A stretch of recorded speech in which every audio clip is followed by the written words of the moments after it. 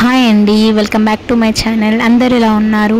I hope మీరు అందరూ కూడా బాగుండాలని కోరుకుంటున్నాను. నేనైతే చాలా బాగున్నాను. అండ్ ఈరోజు అయితే మార్నింగ్ అయితే వ్లాగ్ అనేది స్టార్ట్ చేశాను అన్నమాట. ఎర్లీ మార్నింగ్ అయితే వెల్లుల్లిపాయతో ఒక టిప్ అయితే చెప్పేస్తాను. ఈవినింగ్ టైంలో వెల్లుల్లిపాయలు ఒలుచుకొని పెట్టుకుంటాం కదా, అట్లా మనము వెల్లుల్లిపాయలకి కాస్తంత కొంచెం ఆయిల్ వేసేసి మనము ఈ నైట్ టైంలో ఇంట్లో పెట్టుకున్నట్టయితే దోమలు ఎక్కువగా రావన్నమాట. ఈ క్లియర్ వీడియో అయితే తొందరలో చేస్తాను.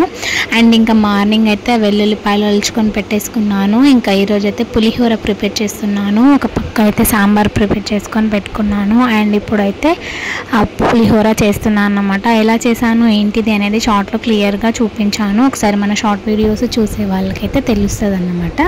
అండ్ పులిహోరకి కావాల్సినవన్నీ కూడా తీసి పెట్టేసుకొని అన్నీ కూడా నేను పులిహోర చేసేసుకున్నాను అన్నమాట. సింపుల్గా చింతపండు పులిహోర చేశాను. అందులోకి జీలకర్ర, అలాగే వెల్లుల్లి, ఉల్లిగడ్డలు, అలాగే టమాటా ఇవన్నీ కూడా వేసేసుకొని చేసుకున్నాను అన్నమాట. పులిహోర ఎలా క్లియర్గా చేశాను అనేది ఒకసారి షార్ట్ వీడియో అయితే చూడండి. అండ్ ఇంకా ఆ మార్నింగ్ పులిహోర ప్రిపేర్ చేసిన తర్వాత నేనైతే ఇప్పుడు అటుకులు చేస్తున్నాను అన్నమాట. సో అటుకులు ఎలా చేశాను అనేది చెప్పేస్తాను. ఉల్లిగడ్డలు, టమాటాలు, మిరపకాయలు, వెల్లుల్లి, జీలకర్ర ఇవన్నీ కూడా వేసేసుకొని అందులో ఒక 2 మినిట్స్ అయితే మంచిగా ఆయిల్లో ఫ్రై అవ్వనివ్వాలి. ఇలా ఫ్రై అయిన తర్వాత అందులో పసుపు, కాస్తంత ఉప్పు, కారం వేసుకోవాలి. కారం అటుకులు చాలా టేస్టీగా వస్తాయి అన్నమాట. మనం నార్మల్గా ఏం టిఫిన్ చేయాలి అని ఆలోచించే వాళ్ళకి ఈ కారం అటుకులు అయితే చాలా బాగా మన నోటికి కారంగా పుల్లగా తగులుకో టేస్ట్ అయితే మస్తు ఉంటుంది ఫ్రెండ్స్. సో మీరు కూడా చేసుకోవడానికి ట్రై చేయండి. ఫుల్ వీడియో కావాలంటే మన షార్ట్ వీడియోలోకి వెళ్ళి చూడండి. ఫైనల్గా ఒక నిమ్మకాయ అయితే పిండేసుకుంటే ఎంతో టేస్ట్ అయినా మనకి కారం అటుకులు రెడీ అయిపోతాయి అన్నమాట. అండ్ ఇది వచ్చేసి ఈవినింగ్ అన్నమాట. ఇంకా ఈవినింగ్ అయితే నేను బీరకాయ కర్రీ ప్రిపేర్ చేస్తున్నాను. ఎట్లా ప్రిపేర్ చేస్తున్నానో చూసేయండి. ముందుగా అయితే నేను బీరకాయలు అయితే కట్ చేసి పెట్టుకుంటున్నాను. సో ఇంకా నేను ఈవినింగ్ అయితే బీరకాయ అండ్ రోటీస్ అయితే చేయాలనుకుంటున్నాను అన్నమాట. బీరకాయ పొట్టు తీసేసుకున్నాను. అండ్ నార్మల్గా చాక్తో కాకుండా నేను కొడలతో అయితే కట్ చేస్తున్నాను అన్నమాట.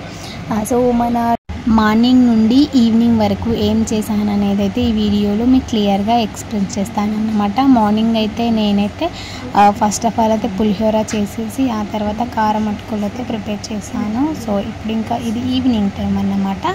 సో ఇంకా ఈవినింగ్ అయితే ఛాయ్ పెట్టేసుకొని పనులన్నీ కూడా కంప్లీట్ అయిన తర్వాత పీస్ఫుల్గా కూర్చొని బీరకాయ ఫ్రై కర్రీ చేద్దామని చెప్పేసి ఇంకా నేను నీట్గా బీరకాయలు అయితే కట్ చేస్తున్నాను అనమాట. మీలో ఎంతమంది బీరకాయ ఫ్రై ఎలా చేస్తారనేది నాకు కామెంట్ చేయండి ఫ్రెండ్స్. నేనైతే సింపుల్ వేలో చేసుకుంటాను అన్నమాట. నార్మల్గా బీరకాయలు, టమాటాలు కట్ చేసి పెట్టేసుకున్నాను. బీరకాయలోకి అయితే నేను నువ్వుల పొడి ప్రిపేర్ చేసుకుంటున్నాను. నేను బీరకాయలకనే కాదు మనకి ముద్ద వంకాయ కర్రీలోకి కూడా చాలా బాగుంటుంది నువ్వుల పొడి. మనం నార్మల్గా ఏ కర్రీస్ చేసినా మసాలా కర్రీస్లోకి అయితే నువ్వుల పొడి చాలా ఇంపార్టెంట్ కదా. సో ఇప్పుడైతే నేను నువ్వులు అయితే మంచిగా వేయించేసుకొని, నువ్వుల పొడి ఎక్కువ రోజులుగా మనకి రావాలి, పాడవద్దు అని అనుకుంటాం కదా. సో అట్లాంటప్పుడు మనమే నువ్వులలో లవంగాలు వేసుకొని వేయించుకోవాలి. ఇలా వేయించేసుకొని పొడి చేసుకొని ఒక డబ్బాలో స్టోర్ చేసుకున్నాం అనుకో మనకి చాలా డేస్ వరకు ఫ్రెష్గా ఉంటుందన్నమాట. ఇంకా నువ్వులు పొడైతే నేను ఒక 10-15 డేస్కి సరిపడా చేసి పెట్టేసుకున్నాను. ఆ తర్వాత బీరకాయ కర్రీలో కూడా వేయాలి కదా. ఇప్పుడైతే బీరకాయ కర్రీ సింపుల్గా ఫ్రై చేసుకుంటున్నాను అన్నమాట. కాస్తంత ఆయిల్ వేసేసుకొని అందులో వెల్లుల్లిపాయలు దంచేసుకున్నాను, టమాటాలు, అలాగే పసుపు, బీరకాయలు, కారం, ఉప్పు ఇవన్నీ కూడా వేసేసుకోవాలి. కాస్తంత నువ్వుల పొడి కూడా యాడ్ చేసుకొని 10-15 మినిట్స్ మీడియం ఫ్లేమ్లో ఉంచుకుంటే ఎంతో టేస్టీ అయిన బీరకాయ కర్రీ అయితే రెడీ అయిపోతుంది. ఈ కర్రీ మనకి వాటర్ కావాలంటే కాస్తంత వాటర్ ఫైనల్లో వేసుకొని కొత్తిమీరతో గార్నిష్ చేసుకోవాలి. సింపుల్ వేలో అయితే నేను ఇట్లా ప్రిపేర్ చేశాను.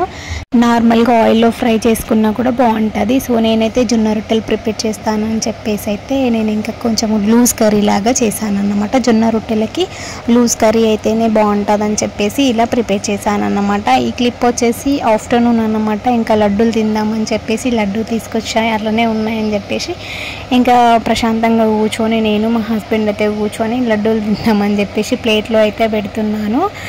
అట్లాగే మా పాప కూడా ఉందన్నమాట. సో మేము అందరం కూడా ఫైనల్గా లడ్డూలు తిని కొంచెం టైం స్పెండ్ చేయాలని చెప్పేసి కూర్చున్నాం అన్నమాట. సో వీళ్ళైతే వీళ్ళకి ఇస్తే తిన్నారంట, వాళ్ళకి తినిపించాలంట. సో అందుకోసం అయితే వాళ్ళకి ఇప్పుడు తినిపించేస్తున్నాను. ఐ హోప్ ఈ వీడియో కనుక మీకు నచ్చుంటే తప్పకుండా ఒక లైక్ ఇచ్చేసి సబ్స్క్రైబ్ చేసుకోండి. Thank you friends. నెక్స్ట్ మంచి బ్లాగ్తో మళ్ళీ కలుద్దాం. అంతవరకు బాయ్ బాయ్. వాళ్ళతో పాటు నేను కూడా కొంచెం వేసేసుకుంటున్నాను.